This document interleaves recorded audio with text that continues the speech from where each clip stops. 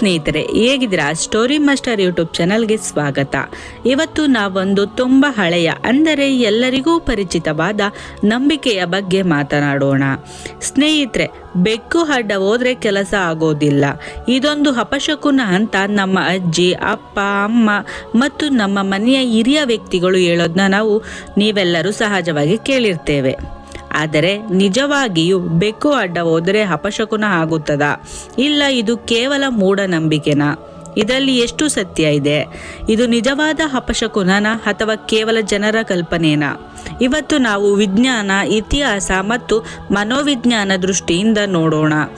ಆದರೆ ಮೊದಲು ಚಾನಲ್ಗೆ ಹೊಸಬರಾಗಿದ್ದರೆ ನಮ್ಮ ಸ್ಟೋರಿ ಮಾಸ್ಟರ್ ಕನ್ನಡ ಚಾನಲ್ಗೆ ಸಬ್ಸ್ಕ್ರೈಬ್ ಮಾಡಿ ಮತ್ತು ನಿಮ್ಮ ಸ್ನೇಹಿತರಿಗೂ ಶೇರ್ ಮಾಡಿ. ಸ್ನೇಹಿತರೆ, ಈ ನಂಬಿಕೆಯ ಮೂಲ ಸಾವಿರಾರು ವರ್ಷ ಹಳೆಯದು. ಪ್ರಾಚೀನ ಈಜಿಪ್ಟ್ ದೇಶದಲ್ಲಿ ಬೆಕ್ಕುಗಳಿಗೆ ದೇವತೆಗಳ ಸ್ಥಾನ ನೀಡಲಾಗಿತ್ತು. ಅಲ್ಲಿ ಬೆಕ್ಕಿನ ಮುಖದ ದೇವಿಯನ್ನು ಪೂಜಿಸುತ್ತಿದ್ದರು. ಆದರೆ ಯುರೋಪ್ನಲ್ಲಂತೂ ಕತೆ ಬೇರೆ. ಮಧ್ಯಯುಗದಲ್ಲಿ ಕಪ್ಪು ಬೆಕ್ಕುಗಳನ್ನು ಜಾದುಕರಾಗಿ ಪಿಶಾಚಿಗಳಂತೆ ಭಾವಿಸಲಾಗುತ್ತದೆ. ಅಲ್ಲಿ ಹಂದೆ ಹುಟ್ಟಿತ್ತು, ಬೆಕ್ಕು ಅಡ್ಡ ಹೋದರೆ ಅಪಶಕುನವನ್ನ ನಂಬಿಕೆ. ಭಾರತದಲ್ಲೂ ಇದೇ ಪ್ರಭಾವ ಬಂದು ಸೇರಿತು. ಹಿಂದೂ ಧರ್ಮದಲ್ಲಿ ಕೆಲವು ಗ್ರಹ ದೋಷ, ಶಕುನಗಳು, ನಕ್ಷತ್ರಗಳು ಇತ್ಯಾದಿ ನಂಬಿಕೆಗಳ ಜೊತೆಗೆ ಬೆಕ್ಕಿನ ಶಕುನ ಸೇರಿ ಹೋಯಿತು. ಒಂದು ಕಾಲದಲ್ಲಿ ಜನರು ಬೆಳಿಗ್ಗೆ ಹೊರಟಾಗ ಬೆಕ್ಕು ಅಡ್ಡ ಹೋದ್ರೆ ನಿಲ್ಲಿ ನೀರು ಕುಡಿಯೋದು ಅಥವಾ ಮತ್ತೆ ಮನೆಗೆ ಹೋಗಿ ಬಂದು ಹೊರಡುವ ಪದ್ಧತಿ ಇತ್ತು. ಮತ್ತೆ ಈಗಲೂ ಸಹ ಇದೆ.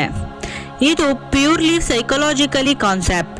ಇಮೇಜ್ ಮಾಡಿ ನೋಡಿ, ನೀವು ಒಂದು ಇಂಪಾರ್ಟೆಂಟ್ ಕೆಲಸಕ್ಕೆ ಹೊರಟಿದ್ದೀರಾ. ಹಠಾತ್ ಬೆಕ್ಕು ಅಡ್ಡವಾಯ್ತು. ಅಜ್ಜಿಯ ಮಾತು ನೆನಪಾಗುತ್ತೆ. ಅಯ್ಯೋ, ಅಪಶಕುನ ಆಯಿತು. ಈ ಕ್ಷಣದಿಂದಲೇ ನಿಮ್ಮ ಮನಸ್ಸು ನೆಗೆಟಿವ್ ಆಗುತ್ತೆ, ಕಾನ್ಫಿಡೆನ್ಸ್ ಕಡಿಮೆ ಆಗುತ್ತೆ, ಕಾನ್ಸಂಟ್ರೇಷನ್ ಹೋಗುತ್ತದೆ. ಆದ್ದರಿಂದ ಕೆಲಸ ತಪ್ಪಾಗುತ್ತದೆ. ಮತ್ತೆ ನೀವು ಹೇಳ್ತೀರಾ, ನೋಡಿ ಬೆಕ್ಕು ಅಡ್ಡ ಹೋದ್ರಿಂದ ನನ್ನ ಕೆಲಸ ಆಗಲಿಲ್ಲ ಅಂತ.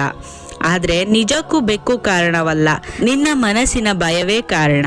ಇನ್ನು ವಿಜ್ಞಾನದ ವಿಷಯಕ್ಕೆ ಬಂದರೆ, ಯಾವುದೇ ಪ್ರಾಣಿಯು ನಿಮ್ಮ ದೈನಂದಿನ ಫಲಿತಾಂಶದ ಮೇಲೆ ಪರಿಣಾಮ ಬೀರುವುದಿಲ್ಲ. ಬೆಕ್ಕು ಅಡ್ಡ ಹೋದ್ರಿಂದ ಶರೀರದಲ್ಲಿ ಯಾವುದೇ ಬದಲಾವಣೆ ಉಂಟಾಗುವುದಿಲ್ಲ. ಈ ನಂಬಿಕೆಗಳು ಸ್ಟ್ರೆಸ್ ಮತ್ತು ಭಯದಿಂದ ಹುಟ್ಟುತ್ತವೆ. ಇದು ಕೇವಲ ಬ್ರೈನ್ನ ಭ್ರಮೆ ಎಂದು ವಿಜ್ಞಾನ ಹೇಳುತ್ತದೆ. ಜಪಾನ್ ದೇಶದಲ್ಲಿ ಬೆಕ್ಕಿನ ಮೂರ್ತಿಗೆ ಪೂಜೆ ಸಲ್ಲಿಸಲಾಗುತ್ತದೆ. ಬೆಕ್ಕಿನ ಮೂರ್ತಿಗೆ ಪೂಜೆ ಮಾಡೋದ್ರಿಂದ ಅವರಿಗೆ ಲಕ್ ಮತ್ತು ಸಂಪತ್ತು ಬರುತ್ತದೆ ಅಂತ ಜಪಾನ್ ದೇಶದ ಜನರು ನಂಬ್ತಾರೆ. ಅದೇ ರೀತಿ ಇಂಗ್ಲೆಂಡ್ ದೇಶದಲ್ಲೂ ವೈಟ್ ಕ್ಯಾಟ್ ಅಂದರೆ ಬಿಳಿಯ ಬೆಕ್ಕು ಅದೃಷ್ಟದ ಸಂಕೇತ ಎಂದು ನಂಬ್ತಾರೆ. ಆದರೆ ಕಪ್ಪು ಬೆಕ್ ಬ್ಯಾಡ್ ಲಕ್ ಎಂಬ ಮೂಢನಂಬಿಕೆ ಇನ್ನೂ ಸಹ ಇಂಗ್ಲೆಂಡ್ ದೇಶದಲ್ಲೂ ಇದೆ. ಇನ್ನು ಸೈಕಾಲಜಿಯ ಪ್ರಕಾರ, ಒಬ್ಬ ವ್ಯಕ್ತಿ ತನ್ನ ಮನಸ್ಸಿನಲ್ಲಿ ಬೆಕ್ಕು ಅಡ್ಡವಾಯಿತು ಅಂದ್ರೆ ದುಷ್ಟ ಫಲ ಬರುತ್ತೆ ಅಂದ್ರೆ ನಮ್ಮ ಮೈಂಡ್ ಆಲ್ರೆಡಿ ಪ್ರಿಪೇರ್ ಆಗಿಬಿಡುತ್ತೆ ನೆಗೆಟಿವ್ ಔಟ್ಕಮ್ಗೆ. ಹಾಗಾಗಿ ನಮ್ಮ ನಂಬಿಕೆ ನಮ್ಮ ಫಲಿತಾಂಶವನ್ನು ತೀರ್ಮಾನಿಸುತ್ತದೆ, ಬೆಕ್ಕು ಅಲ್ಲ. ಇಂದು ನಾವು ಮೊಬೈಲ್, ಇಂಟರ್ನೆಟ್, ಎಐ ಯುಗದಲ್ಲಿ ಬದುಕ್ತಿದ್ದೇವೆ. ಆದರೂ ಇಂಥ ನಂಬಿಕೆಗಳು ಕಳಚಿಲ್ಲ. ನಂಬಿಕೆಗೆ ಬದಲು ಲಾಜಿಕ್ಗೆ ಅವಕಾಶ ಕೊಡೋಣ. ಬೆಕ್ಕು ಒಂದು ನಿಸರ್ಗದ ಭಾಗ. ಅದು ಚಿಕ್ಕ ಪ್ರಾಣಿ. ಮನುಷ್ಯನ ಭವಿಷ್ಯವನ್ನು ಬದಲಾಯಿಸಲು ಅದಕ್ಕೇನು ಸಾಮರ್ಥ್ಯ ಇಲ್ಲ. ಹೀಗಾಗಿ ಮುಂದೆ ಯಾವಾಗಲಾದರೂ ಬೆಕ್ಕು ಅಡ್ಡ ಹೋದ್ರೆ ನಗೆ ಮಾಡಿ ಹೇಳಿ, ಅದು ನನ್ನ ಲಕ್ ಅಂತ.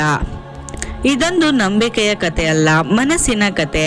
ನಂಬಿಕೆ ಬದಲಾದರೆ ಜೀವನ ಬದಲಾಗುತ್ತೆ. ಹೀಗಂತ ನಿಮಗೆ ಇವತ್ತಿನ ಫ್ಯಾಕ್ಟ್ ಚೆಕ್ ಇಷ್ಟವಾಯಿತು ಅಂದ್ರೆ ಈ ವಿಡಿಯೋಗೆ ಒಂದು ಲೈಕ್ ಕೊಡಿ, ಕಾಮೆಂಟ್ನಲ್ಲಿ ನಿಮ್ಮ ಅಭಿಪ್ರಾಯ ಹೇಳಿ. ನಮ್ಮ ಚಾನಲ್ಗೆ ಇನ್ನೂ ಸಬ್ಸ್ಕ್ರೈಬ್ ಮಾಡಿಲ್ಲ ಅಂದ್ರೆ ಸಬ್ಸ್ಕ್ರೈಬ್ ಮಾಡಿ.